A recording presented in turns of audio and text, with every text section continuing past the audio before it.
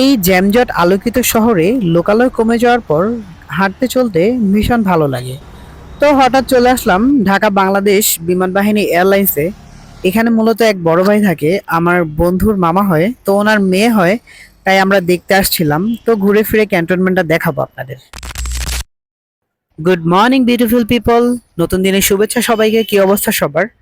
তো রাতে অনেক লেট করে চলে আসি, দেন খাওয়া দাওয়া করে তাড়াতাড়ি ঘুমিয়ে পড়েছিলাম যেন মর্নিং উঠে এই ক্যান্টনমেন্টটা ঘুরে ফিরে দেখতে পারি আমরা। তো পিচ্চিটারে আর সাগরে নিয়ে বের হয়ে গেছিলাম মর্নিং এ পুরা ক্যান্টনমেন্টটা ঘুরে দেখার জন্য। আর ক্যান্টনমেন্টে আমি যদিও কখনো আসি নাই, ফার্স্ট টাইম আসা। তো এই পিচ্চিটাকে নিয়ে পুরো ক্যান্টনমেন্টটা ঘুরে ঘুরে দেখাবো, দেখতে থাকো।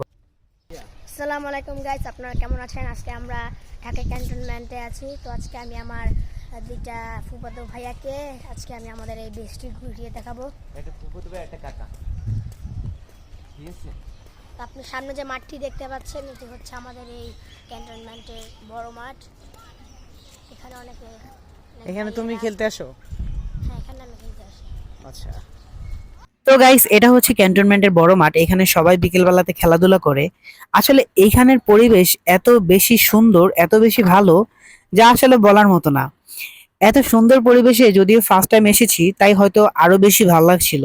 আসলে ভালো পরিবেশে থাকা মানে ভালো কিছু বহন করা, ভালো কিছু শিক্ষা গ্রহণ করা। তো কয়েকটা বিল্ডিং এর আশেপাশে এই রাইড গুলো ছিল বাচ্চাদের খেলার জন্য। তো বাচ্চারা একা একা এসে এখানে ওরা খেলাধুলা করে। ইভেন বড় ব্যাপার হচ্ছে মর্নিং এ ওরা একা একাই এসে এক্সারসাইজ করে, যেটা আরো বেশি অবাক করার বিষয় ছিল। তো ভালোই লাগছিল পরিবেশটা। তবে বারবার একটা জিনিস উপলব্ধি করি যে ভালো কেরিয়ার ভালো কিছু বহন করায়। হুম, না ভালো কেরিয়ার করতে পারলাম, না ভালো কিছু বহন করতে পারলাম।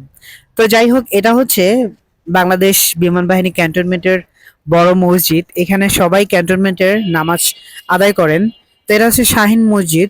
আসলে মাশাল্লাহ, মসজিদটা এত বেশি সুন্দর যা আসলে বলার মতো না। তো মসজিদের সামনেই হচ্ছে ক্যান্টনমেন্ট শাহিন কলেজ ও স্কুল। এখানে ক্যান্টনমেন্টে যারা থাকে তাদের সন্তানেরা এখানে পড়াশোনা করে। আর সামনেই হচ্ছে একটা কবরস্থান।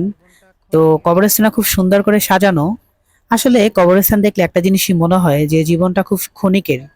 সবশেষে আমাদের এখানেই থাকতে হবে, সবশেষে সবাইকে চলে যেতে হবে এক এক করে। তো যাই হোক, ঘুরে ফিরে অনেক কিছুই দেখলাম, আরো অনেক কিছু দেখার বাকি ছিল। কিন্তু যদিও দিনটা ছিল শুক্রবার, তাই দেখা হয়নি, নামাজের ওয়াক্ত হয়ে গিয়েছিল। তাই কিছু কিছু ঘুরে ফিরে দেখার পরে আবার চলে যাচ্ছিলাম। দেন চলে আসলাম, এটা হচ্ছে ক্যান্টনমেন্টের সুপার শপ মার্কেট। এখানে সবই পাওয়া যায়, মানে একটা মানুষের ব্যক্তিগত জীবনে যা যা প্রয়োজন এখানে সবকিছুই পাওয়া যায়। তোমারটা নাও, সাগর তোটা নে। তো সুপার শপ থেকে তিনজনের জন্য আইসক্রিম নিলাম। লেকের পার্ক বসে বসে আইসক্রিম খাচ্ছিলাম, ভালোই লাগছিল। তো দুপুরে ভাত ঘুম দেওয়ার পর বিকেলবেলা বের হয়েছিলাম। এটা হচ্ছে বিকেলবেলাতে। আসলে বিকেলবেলাতে এই পরিবেশটাতে মানে সময় কাটানো আরো বেশি সুন্দর একটা মুহূর্ত ছিল, যা আসলে বলার মতো না। তো সামনে হচ্ছে একটা লেকের পার্ক। তো লেকের পার্কটা সবচেয়ে বেশি ভালো লাগছিল, যা আসলে বলার মতো না। তো সব মিলিয়ে ভালোই ছিল।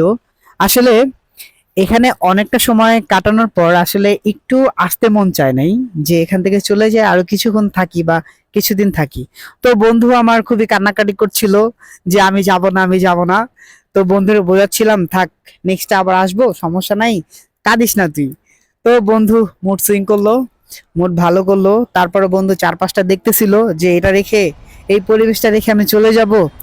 তো যাই হোক, ভালো না লাগলেও নিজ নিরে ফিরতে হবে নিজের ঘরে। তো আসলে এখানে আসার পর খুব বেশি ভালো লেগেছে। ইনশাল্লাহ আবারও একদিন আসবো, ঘুরে ফিরে দেখবো। তো ভিডিওটা ভালো লাগলে অবশ্যই সাপোর্ট করবেন। ভালো থাকবেন, সুস্থ থাকবেন। আল্লাহ হাফেজ।